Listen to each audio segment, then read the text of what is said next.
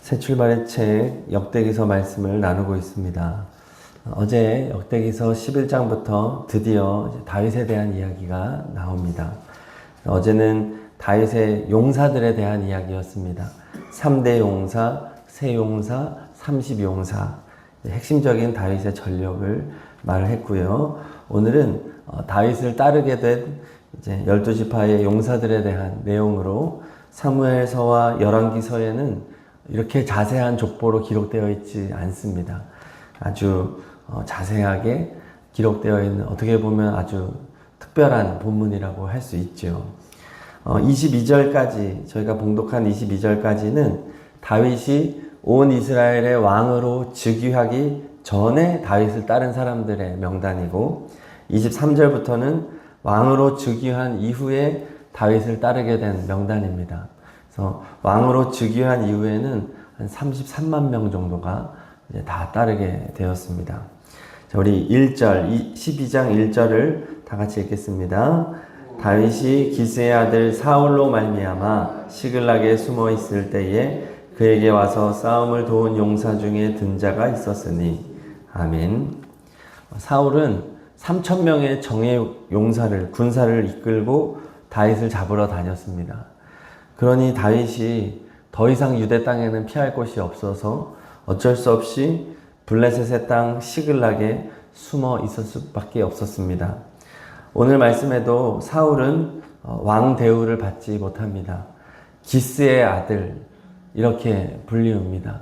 왕에게 이런 호칭을 쓰는 것은 굉장히 낮추어서 부르는 표현이에요. 하나님을 배반한 그저 한 인간에 불과하다라고 말을 하고 있는 겁니다. 그런데 사울은 왕칭호도 붙여주지 않고 그냥 기스의 아들 정도로 넘겨버리지만, 다윗은 블레셋 땅에까지 피해 있는데도 불구하고 이렇게 그를 찾아와 다윗을 돕는 용사들이 있었다라고 말하는 겁니다. 이전 아둘람 굴에 있을 때는 400명이 다윗을 따랐습니다. 그런데 지금 시글락에서는 600명이 다윗을 따르게 됩니다. 도망자에 불과한 다윗을 따른다는 것은 굉장히 위험한 일이고 불가능에 가까운 상황인데도 불구하고 점점 다윗을 따르는 숫자가 많아지고 있습니다. 더욱 놀라운 것은 2절입니다. 2절을 봉독하겠습니다. 그들은 활을 가지며 좌우 손을 놀려 물매도 던지며 화살도 쏘는 자요 베냐민 지파 사울의 동족인데 그 이름은 이러하니라. 아멘. 다윗을 찾아온 사람들 중에 놀랍게도 사울의 동족 베냐민 지파가 있었다는 것입니다. 사울이 여전히 이스라엘의 왕입니다. 그럼에도 불구하고 사울을 버리고 다윗을 쫓아온 베냐민 지파를 말을 하고 있어요. 그들은 사울 밑에서 그렇게 유능하지도 못하고 있을 것도 없기 때문에 도망친 사람들이 절대 아니라고 말을 하고 있어요. 활을 가졌고 좌우 손을 놀려 물매를 던질 수 있는 당시의 최고의 기능인 거죠. 물매가 얼마나 강력한 무기입니까? 근데 양손을 쓸 수 있다. 축구로 따지면 양발잡이다. 굉장히 강력한 기능을 가지고 있는 유능한 용사들이었다는 거죠. 사울 곁에서도 충분히 대우를 받을 수 있었던 좋은 사람들이 다윗에게로 옮기고 있다는 것을 보여주는 겁니다. 이것은 그들이 보기에 다윗이야말로 진정한 왕이기 때문입니다. 사울은 하나님이 함께하지 않아요. 다윗이야말로 하나님이 함께하는 진정한 왕이기 때문에 그들의 마음에 이제 다윗을 따라야 되겠다. 위험하지만 다윗을 따라야 되겠다 했던 겁니다. 또 다윗이 한 행동들을 보아도 다르잖아요.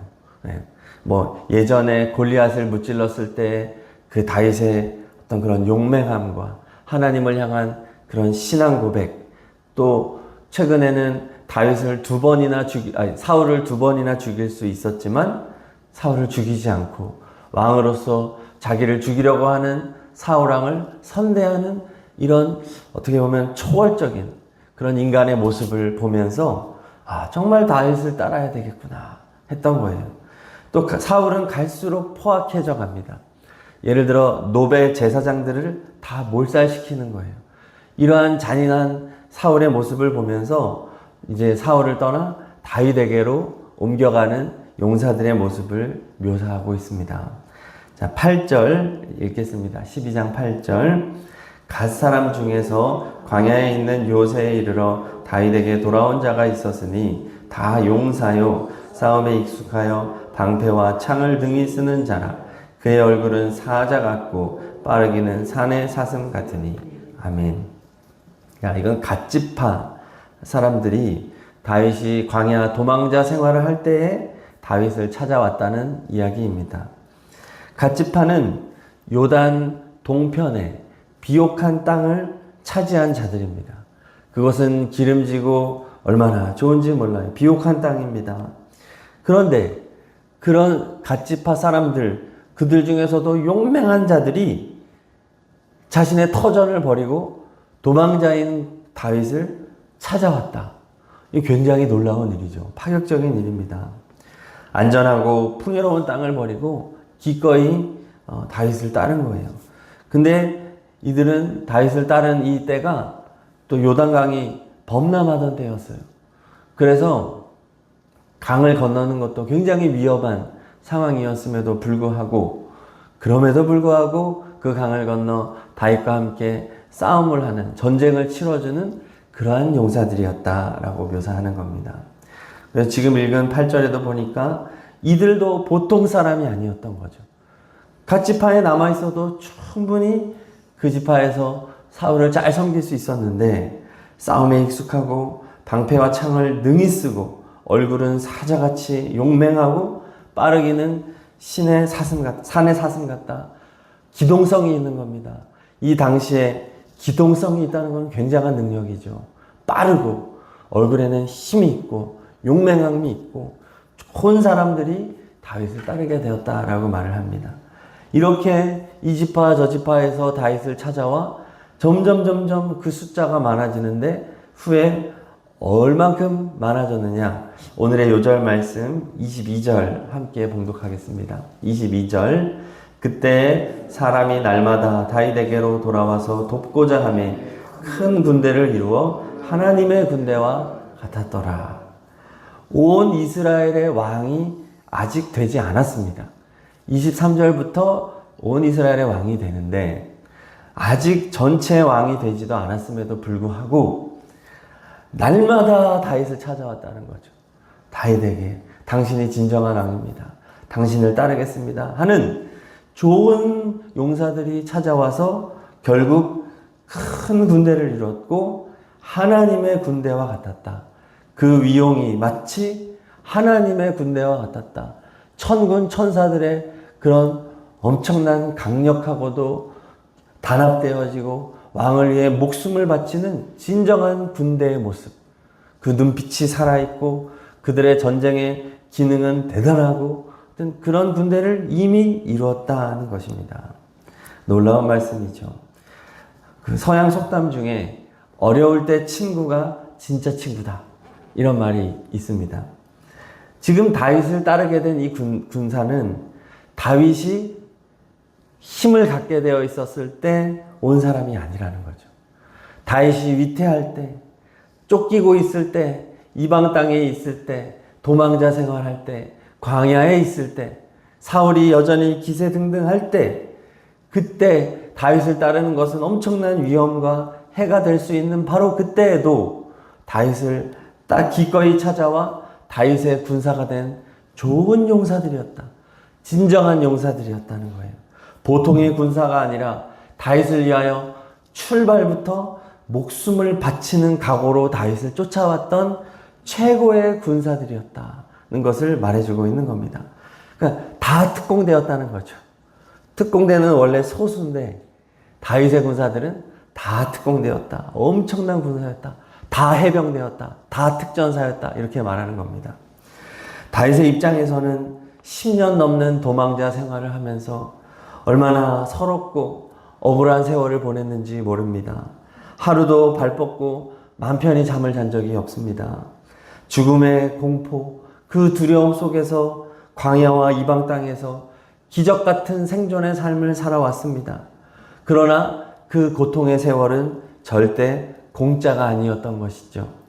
하나님께서는 그 시기를 통하여 진정한 용사들을 붙여주신 것입니다. 하나님의 군대를 이루게 한 것입니다. 다윗의 군대가 아니라 하나님의 군대를 이루게 해주신 것이죠. 통일 이스라엘의 기틀을 마련해 주셨다는 겁니다. 그리고 오늘 다윗이 이렇게 큰 하나님의 군대를 이루게 된 결정적인 비결을 18절에서 말을 해주고 있습니다. 자, 18절 다 같이 읽겠습니다. 그때 성령이 30명의 우두머리 아마새를 감싸시니 이르되 다윗이여 우리가 당신에게 아들이여 함께 있으리니 원하건대 평안하소서. 당신도 평안하고 당신을 돕는 자에게도 평안이 있을지니 이는 당신의 하나님이 당신을 도우심이니이다 한지라. 다윗이 그들을 받아들여 군대 지휘관을 삼았더라. 아멘. 그때 성령이 30명의 우두머리 아마새를 감싸시니. 자, 바로 이것 때문입니다. 어떻게 이 굉장한 용사들이 자신의 터전을 버리고 어떻게 보면 가족도 버려야 했을지 모르겠습니다. 아니면 가족과 함께 이 위험한 모험을 할 수 있었는가? 결국 성령께서 하셨다. 하나님이 하셨다는 것입니다. 하나님이 다윗을 향한 그 감격의 마음으로 이들을 채워주셨다는 거예요. 하나님을 경외하는 다윗에게 하나님께서는 다윗을 경외하는 용사들을 붙여주셨다. 그것을 말을 합니다. 그래서 이렇게 다윗을 찾아와 지금 18절에 다윗에게 하는 이 말은 놀라운 고백이죠. 마치 한 편의 시와 같은 고백이에요. 시편의 고백처럼 다윗에게 축복해주고 다윗에게 얼마나 위로의 말이 되었는지 모릅니다. 여기서 평안이라는 단어가 3번이나 나와요. 샬롬. 하나님이 주시는 초월적인 평안이 당신에게 있기를 원합니다. 그리고 샬롬은 성경에서 승리라는 단어로도 번역이 되어 있어요. 승리. 하나님이 당신에게 평안을 주실 뿐만 아니라 진정한 승리를 주실 것입니다. 하면서 다윗의 마음에 큰 위로를 주는 겁니다. 그러니까 단지 싸움만 잘하는 사람들이 아닌 거예요. 싸움도 잘하지만 다윗의 마음을 평안하게 시원하게 해주는 거죠. 우리가 당신의 손가발이 될 거예요. 우리는 당신에게 목숨을 바칠 거예요. 하나님이 당신을 도우시거든요. 우리는 당신과 함께 할 것입니다. 얼마나 좋은 위로의 말. 아마 이 말을 들은 다윗은 지금도 이 상황은 다윗이 이 사람들이 정말 자기를 쫓는지 안 쫓는지 확신이 안 서는 상황에서 맞아들이면서 다윗이 질문을 했을 때 한 말이거든요. 성령님께서 다윗에게 이렇게 힘을 주셨다는 겁니다. 하나님이 하셨다. 하나님이 하셨다. 자, 오늘 우리는 다윗에게 몰려드는, 날마다 다윗에게 몰려드는 강력한 용사들, 하나님의 군대를 이루어가는 이 모습을 통해서 궁극적으로 예수님과 예수님을 따르는 자들의 모습을 우리는 볼 수 있습니다. 예수님은요, 낮고 낮은 인간의 모습으로 오셨습니다. 천한 몫으로 사셨습니다. 이분은 정말 도망자와 같고 날마다 그렇게 살아가는 비참한 삶을 사는 것 같았습니다. 주님은 사탄에게 하루하루 쫓기는 삶이었거든요. 광야 같은 삶을 예수님은 살아가고 있었습니다. 그러나 성령께서 예수님을 인도하여 주셔서 사람들을 붙여주시는 거죠. 공생의 기간을 통해서 12명의 핵심적인 용사, 다윗에게 3대 용사, 세용사, 30용사가 있었던 것처럼 예수님의 핵심 용사는 12제자, 다윗을 연상하는 거죠. 자신의 제자를 하나님께서 붙여주셨고 12제자뿐만 아니잖아요. 예수님의 공생의 기간을 통하여 막달라 마리아, 또 나사로의 가정, 니고데모, 요한나, 수산나, 구레네 사람 시몬, 한 사람 한 사람 충성스럽게 예수님을 쫓는 자들을 하나님께서 붙여주시다가 예수님께서 부활 승천하신 이후에는 예수님을 따르는 무리가 구름대처럼 늘어나는 겁니다. 예루살렘과 온 유대와 사마리아와 땅끝까지 계속해서 지금도 예수님이 재림하시는 그날까지 예수님을 따르는 무리는 날마다 그 수를 더하여 마치 하나님의 큰 군대와 같이 이미 되었고 앞으로도 되어갈 줄로 믿습니다. 오늘 다윗의 용맹한 군사들의 모습은 바로 하나님의 군대를 이루어 가시는 예수 그리스도, 우리의 진정한 왕 되신 예수 그리스도의 모습을 보여주는 겁니다. 예수님의 고난은 헛되지 않았습니다. 예수님이 이 세상에서의 그 삶은 절대로 헛되지 않았습니다. 수많은 사람들이 예수님을 보며 저분이야말로 하나님의 사람이다, 하나님의 아들이시다, 저분이야말로 하나님을 경외하는 분이다 라고 깨달았잖아요. 그래서 이 세상을 살아가는 사람들은 그동안 사탄을 왕으로 섬기며 죄의 종으로 살아오다가 이제는 진정한 왕이신 예수 그리스도를 발견하고서는 이 땅에 평안하고 안락한 삶을 내어 던지고 오늘 말씀의 용사들과 같이 예수님을 따르는 자들이 된 것입니다. 예수님이야말로 진정한 왕이시기 때문에 십자가에서 자신의 생명을 내어주시기까지 그렇게 하나님을 보여주신 그 저분이야말로 내가 따를 뿐이다 라고 믿고 주님을 따르게 된 용사들이 바로 이 땅의 그리스도인이라고 하는 사실입니다. 우리도 마찬가지입니다. 우리가 어떻게 지금 주님을 따르게 되었습니까? 세상에 우리에게 평안함을 주고 안락함을 주고 수많은 이익을 주는 사탄의 유혹이 있지만 우리는 더 이상 사탄을 왕으로 섬기지 않습니다. 가짜기 때문입니다. 사울이기 때문입니다. 우리는 오직 예수님을 왕으로 모신 사람들입니다. 그러나 이 세상에서 예수님을 따르는 삶은 절대 쉬운 삶이 아닙니다. 고난입니다. 목숨 걸고 우리 주님 따르는 것입니다. 절대 고난은 쉬운 길이 아니죠. 하지만 예수님이야말로 진정한 왕이시기 때문에 우리는 목숨 걸고 주님을 기꺼이 따르는 것입니다. 우리가 가는 길이 바로 십자가의 길이지요. 그리고 우리는 주님을 따르면서 주님을 돕는 것입니다.